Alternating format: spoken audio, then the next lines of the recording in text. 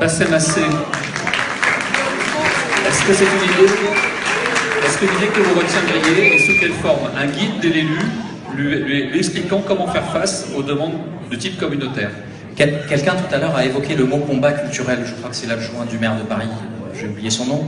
Je pense que Emmanuel Grégoire a entièrement raison, c'est bien d'un combat culturel dont on parle.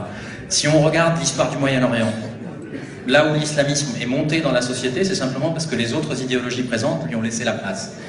Monsieur Keppel l'explique dans Jihad, expliquait déjà en 2000 dans Jihad, quand le nationalisme arabe s'est cassé la figure, pour plein de raisons, l'islamisme est monté.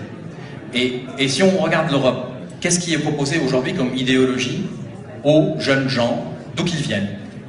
Soit l'extrême droite, soit un néolibéralisme qui en fait se laisse porter par le mouvement de la mondialisation.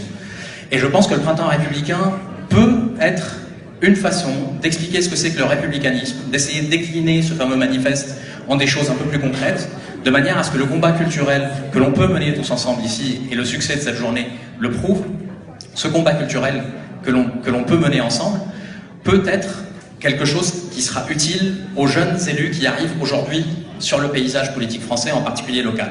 Parce qu'on peut très bien critiquer les élus. Je suis élu, je ne l'ai pas dit, élu PS, donc vous pourrez très bien dire que je ne suis pas objectif. Je vous rassure, je le suis, c'est mon premier mandat et je travaille dans le privé, et peut-être que dans 4 ans je ne serai plus élu, je ne sais pas. En tout état de cause, il existe des élus jeunes qui arrivent sur le paysage politique et qui probablement ne se sont pas posé toutes ces questions comme leurs prédécesseurs se les sont posées. Une question de génération.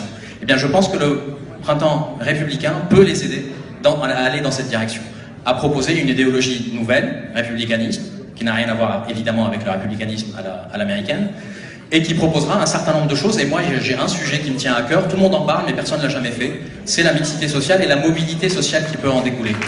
C'est ça que l'on fait à l'école, c'est ça que l'on fait dans le monde de l'entreprise, c'est ce qui fait que je suis aujourd'hui ce que je suis.